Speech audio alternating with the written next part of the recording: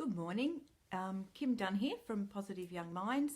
It's been a little while since I've posted a vlog, and my last live one I was sideways, so I think I have it right today. So it's a beautiful morning where I am at the moment. I can look out and see the trees, and I'm getting ready for work. But I really wanted to post about this when I feel inspired about something. I'm like, oh, I need to share this with people. So I've been going through my pre-screening questionnaires, which we give when we're doing an assessment. So it's a background information form. And this is a way of gathering lots of clues. So people come for an assessment because things aren't working that well with their child. They mightn't be doing well at school, socially. There might be behaviour that's disruptive in the family, and the child might have difficulty with emotional regulation. So, or they may have been asked to come for funding purposes.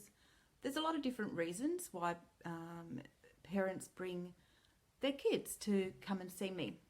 So I was thinking, what can I do to make things easier?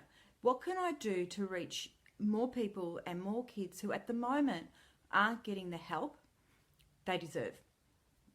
So, brainwave, I'm like, all right, so I'm going to hone my background questionnaire to make it a screening questionnaire. And that's going to be available to everyone. If you have, any concerns about your child, you can email me. There'll be a link and I will send you my background questionnaire. Hi, Mandy.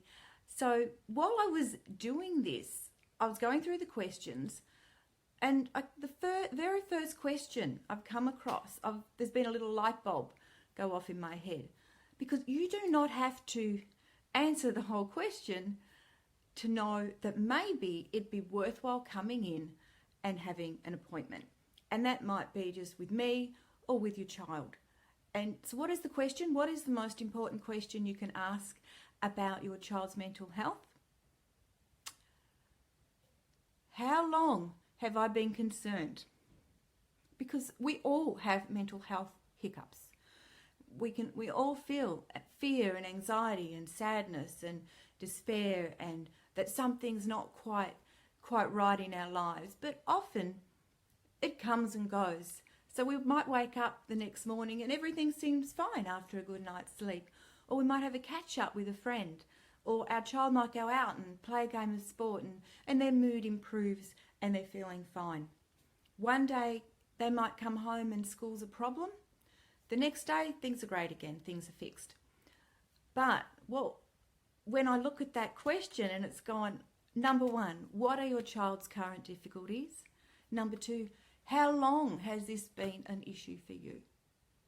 If you are answering this question, if you think that you need to fill out a screening form, that's enough. That's enough to come in, have a chat, and go over your concerns. I'll even make you a cuppa if that's what you would like. So that's the question. The most important question is, how long has this been a concern? When we look at when a parent or child could need some extra help, it's when the issue's been going on for a while. It might be weeks, it might be months, and in some cases it might be years. Maybe it's just been hovering along at a level that you've gone, it's okay, you can manage it, it's all right.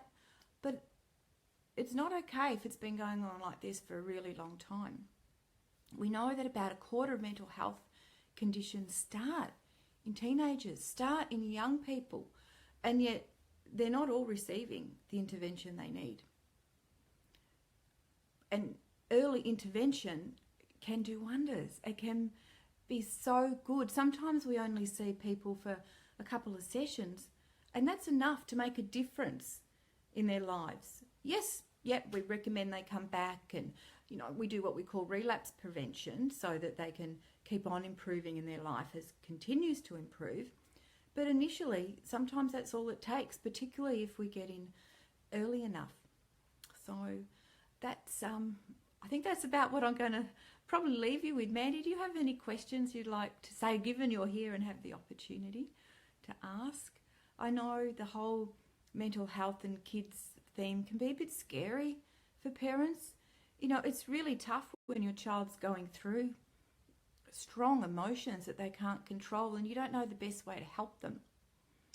Now, when I was younger, I was younger, and when my kids were really young, a great form of support for me was what we used to call nursing mums, or Australian Breastfeeding Association. And I could go in with a crying, screaming baby who didn't sleep because they didn't, and there'd be people there who understood. There'd be people there to answer my questions and give me that support. But of course, once my little child was 2, and that was it for me. That was the end of that support. And sometimes there's nothing else. There's a huge gap. We don't always have the people around us who know the best advice for us, because they're not living our lives. And that's when us as psychs can step in and go, okay, let's help with some perspective. Let's help, figure out what you need, what your child needs, and go from there. So if we can help, please let us. And it is never too early to bring in a child for help. That's it. It's really, really important to know. So we would love to see you. Come and have a chat. Make you a cuppa and we'll sit down. So once again, what's the most important question to ask yourself about your child's mental health? How long has this been going on for? Okay. Thanks for joining. Thanks for joining, Mandy. Great to have you on here. And till next time, if you believe like I do, it takes a village to raise a child, please share this with your tribe. And I'll see you later.